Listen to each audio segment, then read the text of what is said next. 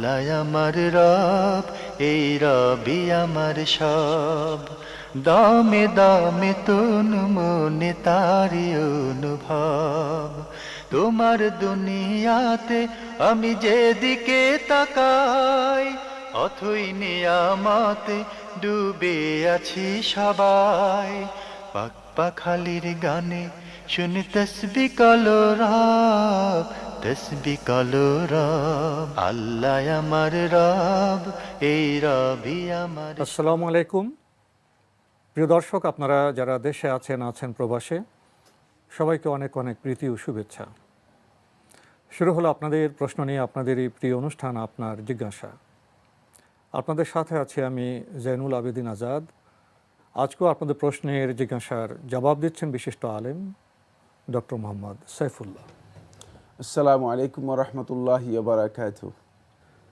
প্রিয় দর্শক, চলুন তাহলে জিজ্ঞাসার জগতে। শুরুতে একটি ইমেল, এটি পাঠিয়েছেন মিসেস নীলুফার। লিখেছেন, আপনাদের অনুষ্ঠানে আমি একজন নিয়মিত দর্শক এবং অনুষ্ঠানটি আমার খুব পছন্দের। আমার কয়েকটি প্রশ্ন রয়েছে। এক, আমি সাধারণত আসরের নামাজ স্থানীয় আজানের আগেই পড়ে ফেলি। আজ আমার আসরের ফরজ নামাজের সালাম ফিরানোর সাথে সাথেই আজান শুরু হয়েছে। এই অবস্থায় আমার কী করা উচিত? আগে আজানের জবাব দিব না নামাজ পরবর্তী দোয়া তাসবিহ পড়ব? বিসমিল্লাহ ওয়াসসালাতু ওয়াসসালামু আলা রাসূলিল্লাহ ওয়া বাদ। তিনি খুব গুরুত্বপূর্ণ একটি প্রশ্ন করেছেন যে সলাতের যে স্থানীয় আজান দেওয়া হয়ে থাকে, এই স্থানীয় আজানের আগেই তিনি সলাতুল আসর আদায় করে ফেলেন এবং এক্ষেত্রে তার করণীয় কী? আসলে বিশেষ করে আমাদের এই প্রেক্ষাপটে আমরা যদি দেখি, সেটা হচ্ছে সলাতুল আসরের আজান দেওয়া হয়ে থাকে অনেক ডিলে করে। মানে ওয়াক্ত সলাতুল আসরের শুরু হওয়ার প্রায় 1-1.5 ঘন্টা পর আজান দেওয়া হয়ে থাকে, যেটি আজানের সুন্নাহ তরিকার পরিপন্থী। জানি না, আমার জানা নেই যে এটা আসলে কোনো ইজতিহাদ আছে কিনা। মানে যতটুকু ফিকহুল ইসলামীতে মানে আমার জানা রয়েছে, কোনো ফাকিহ অথবা কোনো মুজতাহিদ অথবা কোনো মাযহাবের আলেম একথা বলেন নাই যে আজানের ওয়াক্ত হওয়ার পরে তারপর ডিলে করে আজান দেবে এবং 1 ঘন্টা 2 ঘন্টা ডিলে করে আজান দেবে। তাহলে মূলত এটা ইজতিহাদগত ভুল হতে পারে না, এটা মূলত আমাদের প্র্যাকটিসের ভুল। আমার মনে হচ্ছে ইজতিহাদি ভুল নয় বা ইজতিহাদি দৃষ্টিভঙ্গি নয়, বরং এটা প্র্যাকটিসের ভুল।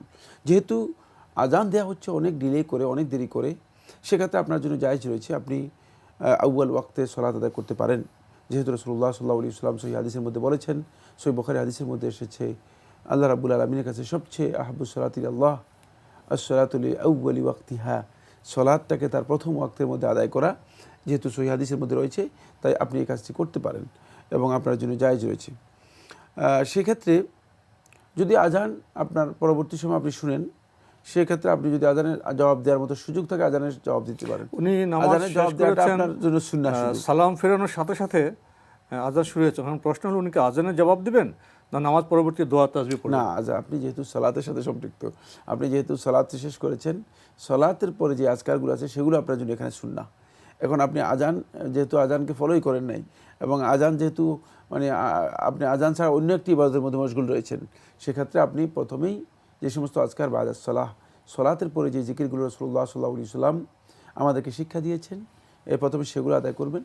তারপরে যদি আপনি মনে করেন যে আজানের জবাব দেওয়া অথবা আজানের জন্য দোয়া করা শেষ হয়ে গেল তখন, তাহলে সেক্ষেত্রে আপনি যদি সম্ভব হয় তাহলে করতে পারেন, কিন্তু আপনার জন্য এটি বাধ্যতামূলক নয়।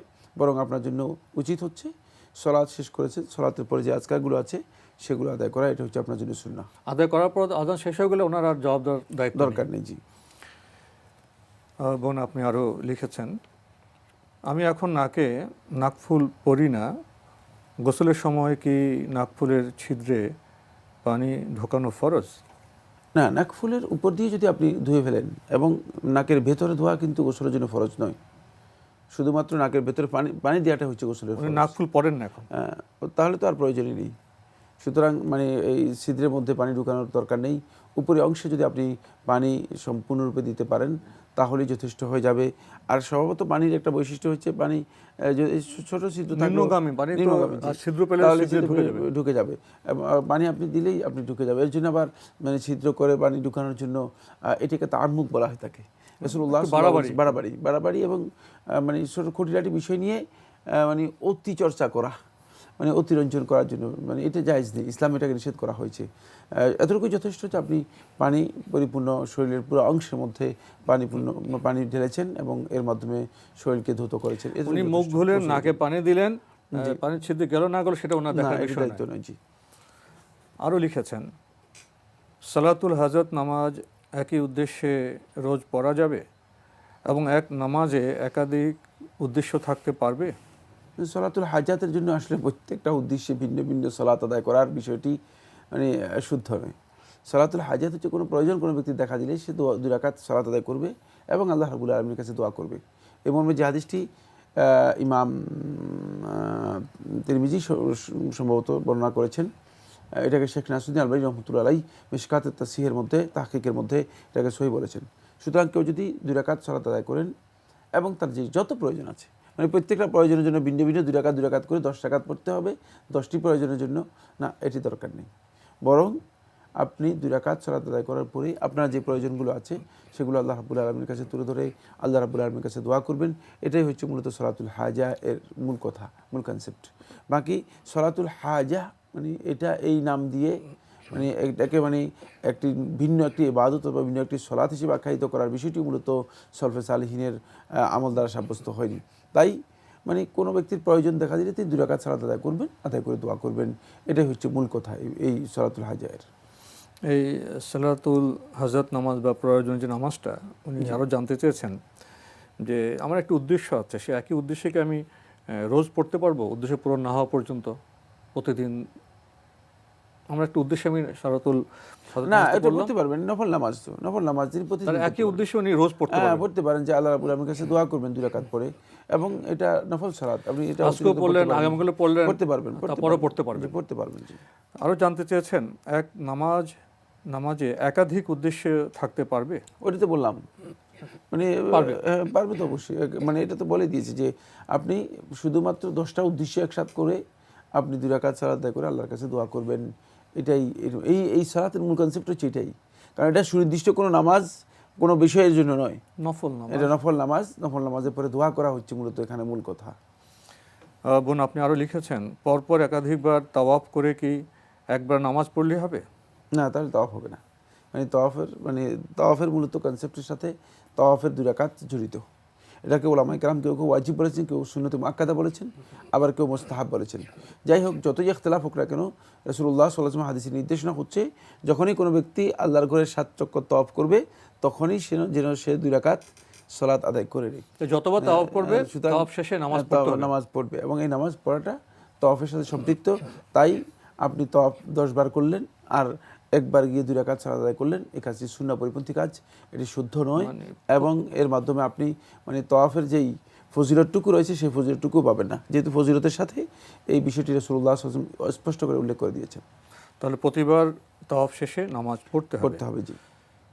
বোন মিসেস নীলুফার, আপনি সবশেষে লিখেছেন, আপনাদের প্রোগ্রামে শুনেছি ফরজ নামাজের পর নফল নামাজ নির্দিষ্ট করা যাবে না, তবে তাহাজ্জুদের সময় নামাজ কি নির্দিষ্ট করা যাবে? আমার মনে হচ্ছে আমাদের বক্তব্য হয়তো স্পষ্ট মানে আপনাদের কাছে একটু বোধহয় এলোমেলো শুনতে বা বুঝতে ভুল হয়েছে। কারণ নির্দিষ্ট করা যাবে না এ কথা আমরা আসলে এটা বলিনি বা এভাবে আমরা বুঝাইনি। সেটি হচ্ছে ফরজ নামাজের পর সুনির্দিষ্ট রাকাত নফল নামাজকে নিজের জন্য বাধ্যতামূলক করে নেওয়া, 2 রাকাত 4 রাকাত বা 8 রাকাত, 2 রাকাত বা 4 রাকাত, এটাকে বাধ্যতামূলক করে নেওয়া, যেটা মানে কোরআন এবং হাদিসের মাধ্যমে অথবা সুন্নাহর মাধ্যমে অথবা রাসূলুল্লাহ সাল্লাল্লাহু আলাইহি ওয়াসাল্লামের আমলের মাধ্যমে অথবা রাসূলুল্লাহ সাল্লাল্লাহু আলাইহি ওয়াসাল্লাম সাহাবীদের আমলের মাধ্যমে যেটা সাব্যস্ত করা হয়নি, এই জিনিসটাকে নিজের জন্য বাধ্যতামূলক করে নেওয়া, সেটাকে আমরা নিষেধ করেছি। সেটি সুন্নাহ দ্বারা সাব্যস্ত হয় না এবং এই কাজটি নির্দিষ্ট করে নিলে, যেহেতু এই তাইনটুকু শরিয়ার দায়িত্ব, এটা হলো মানে শারেহ, যিনি শরীয়ত প্রবর্তক, যাকে এই অথরিটি দেওয়া হয়েছে তার দায়িত্ব, আল্লাহর পক্ষ থেকে রাসূল সাল্লাল্লাহু আলাইহি ওয়াসাল্লাম যেটি জানিয়েছেন সেটি। আর বাকি কোনো ব্যক্তি যদি নিজের সুবিধার জন্য নফল সালাত আদায় করে থাকে এবং সেটা যদি নিয়মিত আদায় করতে পারে, নিয়মিত আদায় করলেও সে করতে পারে। অনুরূপভাবে তাহাজ্জুদের সালাতের মধ্যেও কোনো ব্যক্তির এখতিয়ার আছে, তিনি 4 রাকাত আদায় করতে পারেন, 6 রাকাত আদায় করতে পারেন, 8 রাকাত আদায় করতে পারেন, আরও বেশিও আদায় করতে পারেন। কিন্তু রাসূলুল্লাহ সাল্লাল্লাহু আলাইহি ওয়াসাল্লামের সুন্নাহ থেকে আমরা পেয়েছি তিনি আল গালিব বেশিরভাগ ক্ষেত্রে যেটা করেছেন সেটা হলো তিনি 8-11 রাকাত মানে বিতির সহ 11 রাকাত এমনি নফল 8 রাকাত, মোট রাসূলুল্লাহ সাল্লাল্লাহু আলাইহি ওয়াসাল্লাম 11 রাকাতকে আদায় করতেন মর্মে সহিহ হাদিস সাব্যস্ত হয়েছে, যেটি সহিহ বুখারী এবং মুসলিমের মধ্যে এসেছে। আয়েশা রাদিয়াল্লাহু তাআলা আনহা বর্ণনা করেছেন। তাই সেক্ষেত্রে যদি কোনো ব্যক্তি রাসূলুল্লাহ সাল্লাল্লাহু আলাইহি ওয়াসাল্লামের অনুসরণ করেন, তাআসিয়ান বিরাসূল, রাসূলের অনুসরণের মাধ্যমে যদি সেটা করেন, তাহলে তিনি এই ফজিলতটুকু পাবেন, যেহেতু রাসূলের তাআসি করেছেন, অনুসরণ করেছেন। কিন্তু যদি কেউ মনে করেন যে না, আমার জন্য পারেন কঠিন হয়ে যায়, কষ্ট হয়ে যায়, আমি 4 রাকাত পড়ব শুধু, তাহলে তার জন্য এটি জায়েজ রয়েছে। যেমনিভাবে কোনো ব্যক্তি মনে করেন যে না, আমার কিছু সামর্থ্য আছে, আমি চেষ্টা করলে একটু বেশিও পড়তে পারবো, তাহলে তার জন্য বেশি পড়াটাও জায়েজ রয়েছে, যেহেতু নফল সালাত তিনি বেশি পড়তে পারেন। আর রাসূলুল্লাহ সাল্লাল্লাহু আলাইহি ওয়াসাল্লামের কোনো রাতে বেশি পড়েছেন মর্মে সহিহ হাদিস দ্বারা সাব্যস্ত হয়েছে। সহিহ হাদিস দ্বারা সাব্যস্ত হয়েছে, ইবনে আব্বাস থেকে বর্ণিত হাদিসের মধ্যে রাসূলুল্লাহ সাল্লাল্লাহু আলাইহি ওয়াসাল্লাম 15 রাকাত পড়েছেন সাব্যস্ত হয়েছে। সুতরাং যে হাদিসগুলোর মধ্যে অতিরিক্ত সাব্যস্ত হয়েছে সেগুলো নিয়মিত আমল ছিল না। তো কোনো ক্ষেত্রে রাসূলুল্লাহ সাল্লাল্লাহু আলাইহি ওয়াসাল্লাম বেশি পড়েছেন, যখন রাসূলুল্লাহ সাল্লাল্লাহু আলাইহি ওয়াসাল্লাম মনে করেছেন যে বেশি পড়তে রাসূলুল্লাহ সাল্লাল্লাহু আলাইহি ওয়াসাল্লাম আগ্রহ পেয়েছেন এবং মনের মধ্যে বা মানে স্বাভাবিকভাবে অতটুকু শক্তি পেয়েছেন, তখন তিনি একটু বেশি আদায় করেছেন। আর বেশি আদায় করার পেছনে আরেকটি হিকমত ছিল, সেটা হলো যাতে উম্মত মনে করতে পারে যে এটা রাসূলুল্লাহ সাল্লাল্লাহু আলাইহি ওয়াসাল্লাম পক্ষ থেকে নির্ধারিত কোনো বিষয় নয়, বরং এটা তিনি নিজের জন্য নির্ধারণ করে নিয়েছেন। মানে এই বিষয়টি খুব সূক্ষ্ম কথা, নিজের জন্য তিনি নির্ধারণ করে নিয়েছেন, উম্মাতের জন্য তিনি নির্ধারণ করে যান নাই যে কয় রাকাত উম্মাত পড়বে। এই বিষয়টি যাতে স্পষ্ট হয়, এই জন্য কখনো রাসূলুল্লাহ সাল্লাল্লাহু আলাইহি ওয়াসাল্লাম 15 রাকাত, কখনো 17 রাকাত বা কখনো 13 রাকাতের কথা এসেছে তিনি পড়েছেন। আমরা তো সাধারণত মাগরিবের 3 রাকাত ফরজ নামাজের পরে 2 রাকাত আমরা সুন্নত নামাজ পড়ে থাকি। জি জি। এবং কেউ যদি মনে করেন যে আমি এই সময়টা সন্ধ্যার পরে আমি আরও নামাজ পড়ব, তিনি তো অতিরিক্ত নামাজ 2 রাকাত পড়তে পারেন, 4 রাকাত পড়তে পারেন, 6 রাকাত পড়তে পারেন, পড়তে তো পারেন, নফল সালাত পড়তে পারবেন, নফল সালাত হিসেবে জায়েজ রয়েছে। কিন্তু যদি আপনার 3 রাকাতের পর 2 রাকাত সুন্নত পড়েন, তো এরপরে আপনি যদি নির্দিষ্ট করেন যে আমি 2 রাকাত সবসময় পড়বো, ওইটা করতে পারবেন না। না, ওটা তাহলে তো তিনি মানে নিজের শরীয়তই তৈরি তাহলে করে উনি নেবেন। সময় সুযোগ থাকলে হ্যাঁ, মাগে 3 রাকাতের পর 2 রাকাত সুন্নত নামাজ পড়ে ইচ্ছা গেলে ওনার সময় অনুযায়ী কখনো 2 রাকাত, কখনো 4 রাকাত, কখনো 6 রাকাত পড়তে পারবেন। পড়বেন। জি। এবার আমাদের হাতে একটি চিঠি, এটি পাঠিয়েছেন MS সবুর, ধানমন্ডি, ঢাকা থেকে। আপনি লিখেছেন, সূর্য উদিত হওয়ার পর 23 মিনিটের মধ্যে নাকি কোনো নামাজ আদায় করা যাবে না, এমনকি ফজরের নামাজও না, এটা কি ঠিক? এই ভাই যে প্রশ্নটি করেছেন যে সূর্য উদিত হওয়ার 23 মিনিটের পর 23 মিনিটের মধ্যে 23 কোনো মিনিটের নামাজ আদায় করা মধ্যে যাবে না, কোনো নামাজ আদায় করা যাবে না, এই মর্মে রাসূলুল্লাহ সাল্লাল্লাহু আলাইহি ওয়াসাল্লাম কোনো হাদিস সাব্যস্ত হয়নি, বা সাহাবীদের কোনো আমল অথবা কোনো বক্তব্য সাব্যস্ত হয়নি যে 23 মিনিট নির্ধারণ করে দিয়েছেন। সুতরাং 23 মিনিটের এই নির্ধারণীটুকু সম্পূর্ণ সুন্নাহ পরিপন্থী কাজ, শুদ্ধ নয়। আমরা যেটি পেয়েছি সেটা হলো এই, রাসূলুল্লাহ সাল্লাল্লাহু আলাইহি ওয়াসাল্লাম বলেছেন সূর্য পরিপূর্ণ উদিত হওয়ার পর্যন্ত, যাতে করে 1 ধনুক পরিমাণ মানে সূর্য উদিত হয়। এবং সূর্য উদিত হওয়ার টাইমটাকে মূলত আমরা দেখেছি যে আধুনিক সৌরবিজ্ঞানী যারা আছে তারা নির্ধারণ করেছে সেটা 8 মিনিটের কাছাকাছি হতে পারে, অর্থাৎ 8-10 মিনিট সময় যদি হতে পারে, এতটুকু হতে পারে, এর বেশি না। 23 মিনিট এটা মানে কেউ নিজে আবিষ্কার করেছেন আর কি। যাই হোক, নিজস্ব গবেষণা, এটা গবেষণার সাথে সম্পৃক্ত বিষয় না, বাস্তবতার সাথে সম্পৃক্ত বিষয়। সেটা ভেরি করতে পারে অঞ্চল থেকে অঞ্চল, যেমন বাংলাদেশে এক টাইম হতে পারে, জাপানে আরেক টাইম হতে পারে, আবার ইংল্যান্ডে আরেক টাইম হতে পারে। এটাকে নির্ধারণ করার কোনো সুযোগ নেই। সুতরাং কেউ যদি এটাকে শুধু 23 মিনিটের মধ্যে নির্ধারণ করে দেন, তাহলে তিনি ভুল করলেন। এই কারণ এটি একেবারে বাস্তবতার সাথে সম্পৃক্ত একটি বিষয়। এবং সৌরবিজ্ঞান যেভাবে বলেছে সেক্ষেত্রে মানে উত্তম হচ্ছে যেটা, সেটা হলো মানে এই সময় সালাত আদায় না করা। কেন? যেহেতু রাসূলুল্লাহ সাল্লাল্লাহু আলাইহি ওয়াসাল্লাম সূর্য উদয়ের সময় এবং সূর্যাস্তের সময়, এই দুটি সময় সালাত আদায় করতে নিষেধ করেছেন। সূর্য উদয়ের সময় সূর্য পূজারী যারা আছে, যারা সূর্যের মানে ইবাদত অথবা পূজা করে থাকে, তারা মূলত মানে সূর্যকে সেখানে প্রণাম করত, ফলে সূর্যকেন্দ্রিক ইবাদত করত। কেউ সূর্যকে বিভিন্নভাবে স্বাগত জানাতো, কেউ সূর্যকে মানে বিভিন্নভাবে শ্রদ্ধা জানাতো, ইত্যাদি ইত্যাদি। সেগুলো আলোচ্য বিষয় নয়, কিন্তু সেই কাজটুকু যাতে করে মুসলিম উম্মার সাথে সামঞ্জস্যপূর্ণ না হয়, মুসলমানরা সেক্ষেত্রে সাদৃশ্যতা গ্রহণ না করেন, এই জন্য সূর্য উদয়ের সময় রাসূলুল্লাহ সাল্লাল্লাহু আলাইহি ওয়াসাল্লাম এই কাজটুকুকে মানে নফল ইবাদত সেখানে করতে নিষেধ করে দিয়েছেন। কিন্তু সেখানে সময় নির্ধারণ করে দিয়েছেন যে বেকাদির রুমহ, হাদিসের মধ্যে স্পষ্ট এসেছে, সেটা হলো 1 ধনুক পরিমাণ সময়। মানে এই সময়টা রাসূলুল্লাহ সাল্লাল্লাহু আলাইহি ওয়াসাল্লাম মানে একটা আন্দাজ দিয়েছেন। এটাও কিন্তু রাসূলুল্লাহ সাল্লাল্লাহু আলাইহি ওয়াসাল্লাম স্পষ্ট করে দেন নাই। ধনুকের পরিমাণও কিন্তু আমাদের কাছে খুব বেশি সুনির্দিষ্ট কোনো বিষয় না, মানে ধনুকের বিভিন্ন ধরনের পরিমাণ হতে পারে। যাই হোক, মুদ্রা কথা হচ্ছে যেটা, সেটা হলো যদি আমরা সৌরবিজ্ঞান থেকে নিই সেটা হয়তো 8-10 মিনিট বা 12 মিনিট হতে পারে, এর বেশি নয়। বাকি থেকে গেল একটি মাসআলা, সেটা হচ্ছে কোনো ব্যক্তি যদি সূর্য উদয়ের আগে তিনি যদি তার ফজরের ফরজ সালাত আদায় করতে না পারেন, তাহলে তিনি কী করবেন? তিনি তখন ঘুম থেকে উঠেছেন, অথবা তিনি মানে কোনো কারণে মানে সালাত আদায় করতে পারেন নাই, এখন তার সালাতের সময় হয়েছে, তখন তিনি সালাত আদায় করবেন। যদিও সেটা সূর্য উদয় হয়, যদিও সেই সময় হয়ে থাকে, তিনি সালাত আদায় করবেন। এটা হলো সুন্নাহ। এটা শুধু ফরজ নামাজের ক্ষেত্রে, ফরজ সালাতের শুধু ফরজ, কিন্তু নফল নামাজ নফল নয়, সূর্য উদয়ের সময় পড়া যাবে না, এটি পড়া যাবে না। কেন? যেহেতু রাসূলুল্লাহ সাল্লাল্লাহু আলাইহি ওয়াসাল্লাম এখানে হাদিসের মধ্যে বলে দিয়েছেন, মান নামা আন সালাতিন আও নাসিয়াহা ফালিয়ুসাল্লিহা ইযা যাকারাহা, যে নামাজ থেকে ঘুমিয়ে পড়লো অথবা নামাজকে বিস্মৃত হয়ে গেল, ভুলে গেল, কোনো কারণে, ব্যস্ততার কারণে ইত্যাদির কারণে নামাজকে ভুলে গেল, ফালিয়ুসাল্লিহা ইযা যাকারাহা, যখন তার স্মরণ পড়বে সাথে সাথে সে সেটা আদায় করে নেবে। তখন এক ব্যক্তির ফজরের সালাত আদায় করে নেয়, ফরজ, তখন তার স্মরণ পড়েছে অথবা ঘুম থেকে জেগে উঠেছে, তখন তিনি উজু করেই ফরজ যে সালাতটুকু রয়েছে সেটা তখনই আদায় করে নেবেন। এর জন্য মূলত রাসূলুল্লাহ সাল্লাল্লাহু আলাইহি ওয়াসাল্লামের এই হাদিসটি শুধুমাত্র নফল মুতলাকের ক্ষেত্রে, এটি ফরজ সালাতের জন্য নয়। কারণ ফরজ সালাত তার সম্পৃক্ত হচ্ছে আল্লাহ রাব্বুল আলামিনের জিকিরের সাথে, যেহেতু আল্লাহর জিকির তার এসে গিয়েছে, সাথে সাথেই সেটা করবে। ও আকিমিস সালাতা লিযিকরি, কোরআনে কারীমের মধ্যে আল্লাহ সুবহানাহু ওয়া তাআলা বলেছেন যে তোমরা সালাতকে কায়েম করো, তুমি সালাতকে আদায় করো, আমার স্মরণ যখন হবে তখন আমার স্মরণের উদ্দেশ্যে। যেহেতু আল্লাহ তাআলার স্মরণ এসে গিয়েছে, তখনই সে সেটা ফরজ সালাত আদায় করে নেবে। এর জন্য মূলত এই নিষেধাজ্ঞা নয়। ভাই এম.এস. সবুর আপনি আরও লিখেছেন, রিয়াজুস সালেহীন নামক গ্রন্থে ইশরাক নামাজের অধ্যায়ে ইশরাকের কথা নাই, আছে চাস্তের নামাজের কথা। আমার জানার বিষয় হলো ইশরাকের নামাজ সকাল কটা পর্যন্ত আদায় করা যায়? 9টা থেকে 10টা পর্যন্ত কি? দুইটি প্রশ্ন করেছেন। প্রথম প্রশ্নটি হচ্ছে রিয়াদুস সালেহীনের কথা উল্লেখ করেছেন যে রিয়াদুস সালেহীনের মধ্যে ইশরাকের অধ্যায়ের মধ্যে ইশরাকের কথা নেই, না?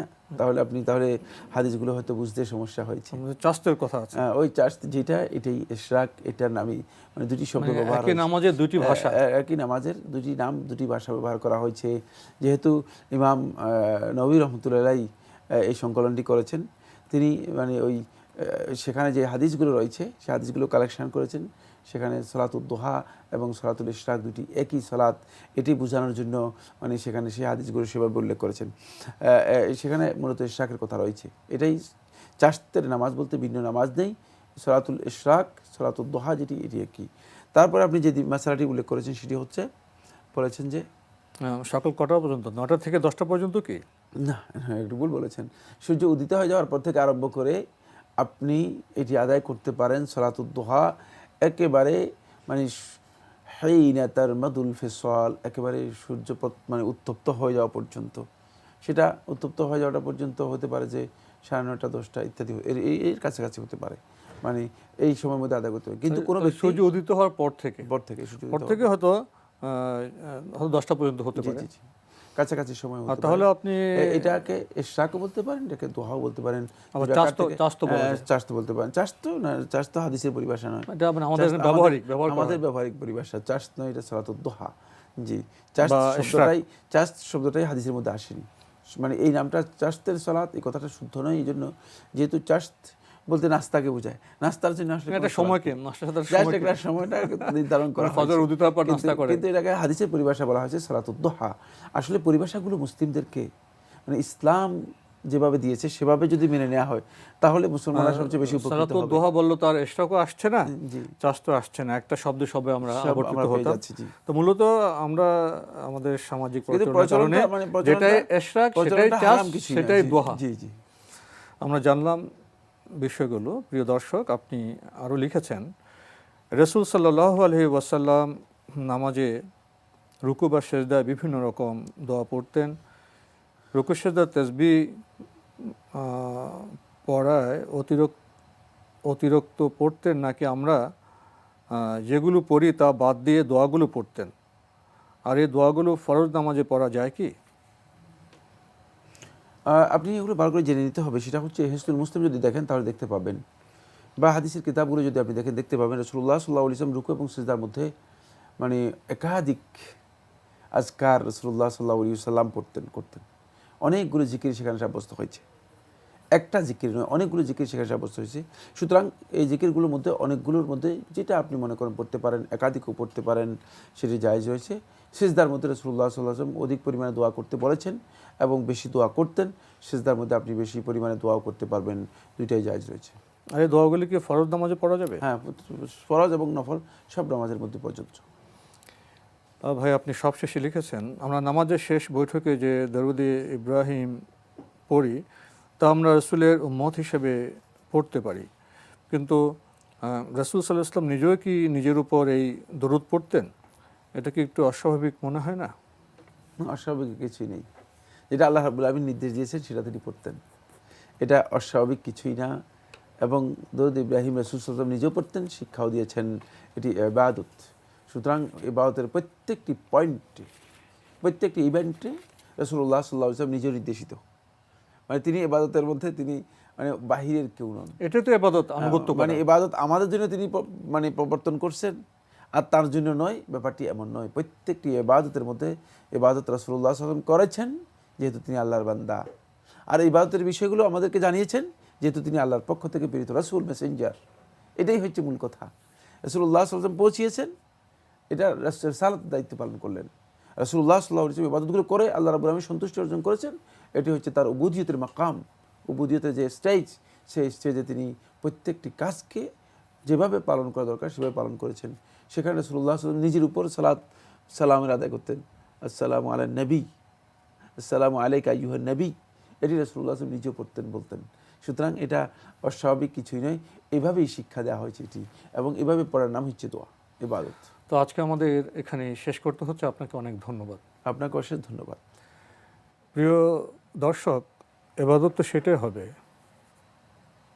যে যার মাধ্যমে আল্লাহর আনুগত্য করা যাবে, এটাই ইবাদতের মূল সূত্র।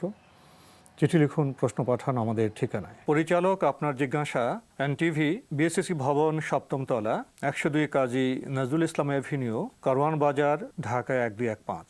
আপনারা ইমেলও করতে পারেন। আমাদের ইমেল অ্যাড্রেস আপনার জিজ্ঞাসা @ntvbd.com। প্রিয় দর্শক, আমাদের এই অনুষ্ঠানটি আপনারা এনটিভি অনলাইনেও দেখতে পারবেন। ভিজিট করুন www.ntvbd.com। দর্শক, আপনারা সবাই নিরাপদে থাকুন শান্তিতে। আসসালামু আলাইকুম। আল্লাহ আমার রব, এই রবি আমার সব, দামে দামে তুন মনে তারি অনুভব। তোমার দুনিয়াতে আমি যেদিকে তাকাই, অথই নিয়ামতে ডুবে আছি সবাই। পাক পাখালির গানে শুনি তসবিহ কলরা।